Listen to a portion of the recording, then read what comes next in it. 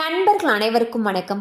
இன்னைக்கு நம்ம இந்த வீடியோவில் இன்ஜினியரிங் படிக்க விரும்பும் மாணவர்கள் என்ன கோர்ஸ் எடுக்கலாம் என்பதை பற்றி தான் இப்போ நம்ம பார்க்க போகிறோம். இன்ஜினியரிங் படிப்பிற்கான மவுஸ் இந்த வருஷமும் அதிகரித்து காணப்படுகிறது. +2 முடித்த பிறகு இன்ஜினியரிங்கில் என்னென்ன துறையில் அதிகமான டிமாண்ட் இருக்குது அண்ட் எந்த கோர்ஸ் எடுத்து படித்தா ரொம்ப நல்லா இருக்கும் அப்படின்னு சொல்லிட்டு கல்வி ஆலோசகர்கள் பலர் கருத்துக்களை தெரிவிச்சுட்டு வந்துட்டு இருக்காங்க. அதில் என்னென்ன பாடப்பிரிவுகள் ஹை டிமாண்ட் கோர்ஸாக தற்பொழுது இருக்குது அப்படின்றத இப்போ நம்ம பார்த்துடலாம்.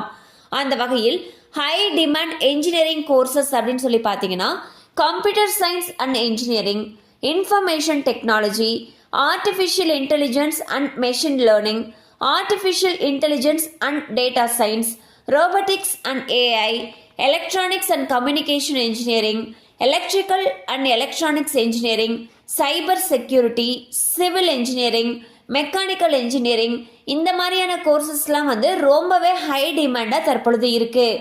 இது மட்டும் இல்லை, இந்த கோர்ஸ் இல்லாமல் இன்னும் பல கோர்ஸ் இன்ஜினியரிங்கில் இருக்குது.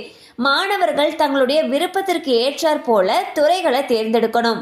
அது மட்டும் இல்லை, நம்ம சேர போகிற அண்ட் படிக்க போகிற காலேஜ் ரொம்பவே முக்கிய பங்கு வகிக்குது.